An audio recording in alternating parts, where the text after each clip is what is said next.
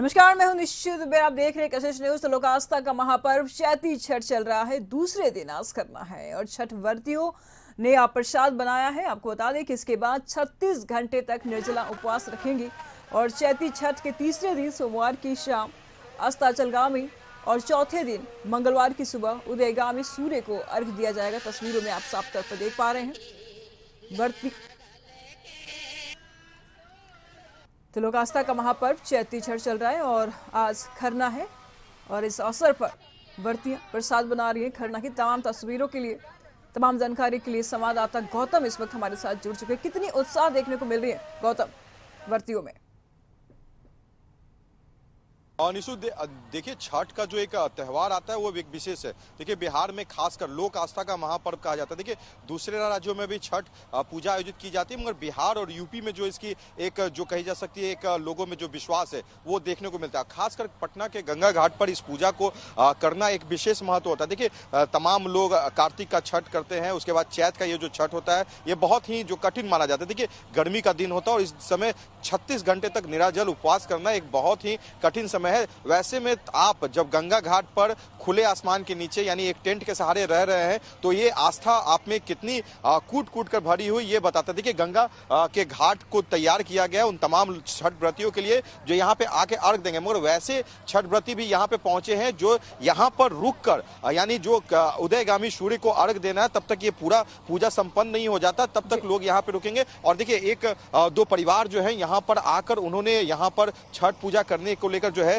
पूरी तैयारी कर रखी है। आज खरना है। देखिए, खरना का जो प्रसाद होता है खीर और रोटी और केला, ये जो होता है अंतिम जो होता है छठ व्रती जो है अन्न को ग्रहण करती है। उसके बाद 36 घंटे तक यानी आपको किसी भी तरह का जल भी जो है वो ग्रहण नहीं करना होता। और इस भीषण गर्मी में आप समझ सकती है इस व्रत को करना कितना महत्व। देखिए, पूरे परिवार के साथ जो है छठ व्रती यहाँ पे पहुंची हुई है, आप देख सकते हैं। देखिए, छठ का जो है आज ये खरना का जो प्रसाद है आज ये छठ व्रती अंतिम रूप से अन्न ग्रहण करेंगे और उसके बाद 36 घंटे यानी आज से लेकर जो उदयगामी जो सूर्य है उसको अर्घ देने तक जो है ये पूरा जो कहा जाता है कि छठ व्रतियों का उपवास निराजल उपवास होगा। बहुत ही कठिन ये त्यौहार ये माना जाता है। देखिए, बहुत ही शुद्धि के साथ यानी किसी भी तरह की अशुद्धि ना हो इसका खासा ध्यान रखा जाता है। इसमें जो भी प्रसाद बनते हैं उसमें गंगा जल से ही जो होता है उसमें पानी का उपयोग होता है, साधारण पानी इसमें उपयोग नहीं होता है। जो भी प्रसाद बनती है वो सामान्य रूप से जो प्रकृति से मिलने वाले जो वस्तुएं हैं, चाहे वो लकड़ी हो, चाहे मिट्टी के चूल्हे हो, पीतल के बर्तन हो, ये तमाम चीजें जो होती है उन्हीं में जो है उपयोग होकर बनाया जाता है। और घर के तमाम लोग जो होते हैं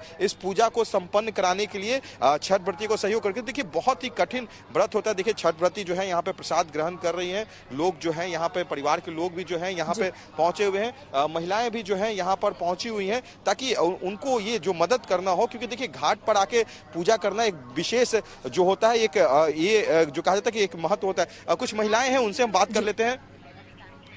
इस पूजा को लेके क्या कहिएगा? एक घाट पर आके पूजा करना, घर में तो होता है सभी सुविधा मिल जाती है, मगर घाट पर आके करने की क्या कुछ आप लोग की मान्यता है? कुछ विशेष महत्व होता है क्या? मान्यता यहाँ माना हुआ है हाँ कि घाट पर आके छठ करना है। यानी जो छठ में आपने मान्यता मांगी होगी वो पूरा हो गया? हाँ हाँ, वो पूरा हो गया है। चलिए, इसीलिए छठ का पटना के घाट पर पूजा करना एक विशेष महत्व हाँ हाँ, माना जाता है। तो पूरे परिवार के साथ आप लोग आए हैं? कहाँ से आप लोग आए हैं? पालीगंज से आए हैं। यानी घर पे भी व्यवस्था हो सकती थी मगर घाट पर मान्यता है जो मन्नत जो पूरी हो गई उसे करना। हाँ, उसे करना। परिवार के साथ आप लोग पहुंची हुई हैं। चलिए, देखिए, ये परिवार की जो महिलाएं हैं वो यहाँ पर गीत भी गुनगुना रही हैं। और देखिए, छठ व्रती जो है यहाँ पर आके अपनी मन्नत को जो है उन्होंने पूरा कर छठ मैया का जो है अभी एक तरह से जो है उनके तरफ से जो है ये किया जाता है कि वो आपने हमारी मन्नत को पूरा किया और इस मन्नत को पूरा करने के लिए जो हमने आपसे कामना की थी उसका हम धन्यवाद देने के लिए यहाँ पे आते हैं। कुछ छठ व्रती हैं उनसे हम बात कर लेते हैं, उनसे भी हम जान लेते हैं कि कितना थोड़ा सा आपसे भी हम जान लेते हैं छठ व्रत को लेकर क्या कहिएगा? बहुत ही विशेष माना जाता है बिहार में, कितनी आस्था होती है और इस व्रत को करने में सबसे ज्यादा कठिन होता है, इसलिए लोग ज्यादा नहीं करते हैं। हाँ, जी, कठिन होता है। हाँ हाँ, ये है कठिन है। हाँ, कठिन। गर्मी के दिन में 36 घंटे तक बिना कुछ पानी पिए ये आखिरी आपका अन्न ग्रहण करना होगा। हाँ हाँ, ये है। हाँ, पूरे परिवार के साथ? हाँ, पूरा परिवार के साथ आए हैं। छठ के बारे में कुछ बताइए, कुछ आपकी मन्नत पूरी हो गई हो जो आपने कामना किया हो? हाँ, मान्यता था। हाँ, तो उतारने आए थे भाड़ा। पूरा नहीं, पूरे परिवार के साथ आप? हाँ, पूरा परिवार के साथ आए हैं। एक छठ का गीत आप गुनगुना सकती है आप लोग मिल के तो कुछ? जी,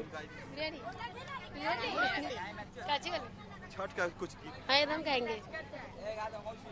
सूरज बाबा भेजलन खबरिया, अब दिन आ गेल हमार, अब दिन आ गेल हमार। चौठा के करिहाने हाय खाय, पंचमी धरी आधेन, पंचमी धरी आधे काष्टी के दिहाया रगिया, सतमी मांगी आयासिस, सतमी मांगी आयासिस। पांच पुतरा एक धियावा, धियावा बने मांगी। रहिए गौतम, हम आपसे लगातार अपडेट लेते रहेंगे इस पूरे मामले पर। और छठ पूजा पे आपका भी खरना जहां बन रहा है, आप घाट पर हैं। हमारे साथ संवाददाता आशुतोष भी इस वक्त बने हुए हैं।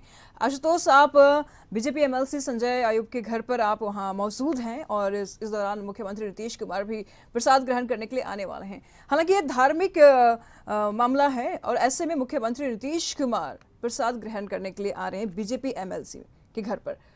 बीजेपी महागठबंधन, हालांकि दोनों के दोनों एक दूसरे के विपक्ष में हैं। क्या कुछ कहेंगे आप, क्या कुछ संदेश देना चाहते हैं मुख्यमंत्री नीतीश कुमार?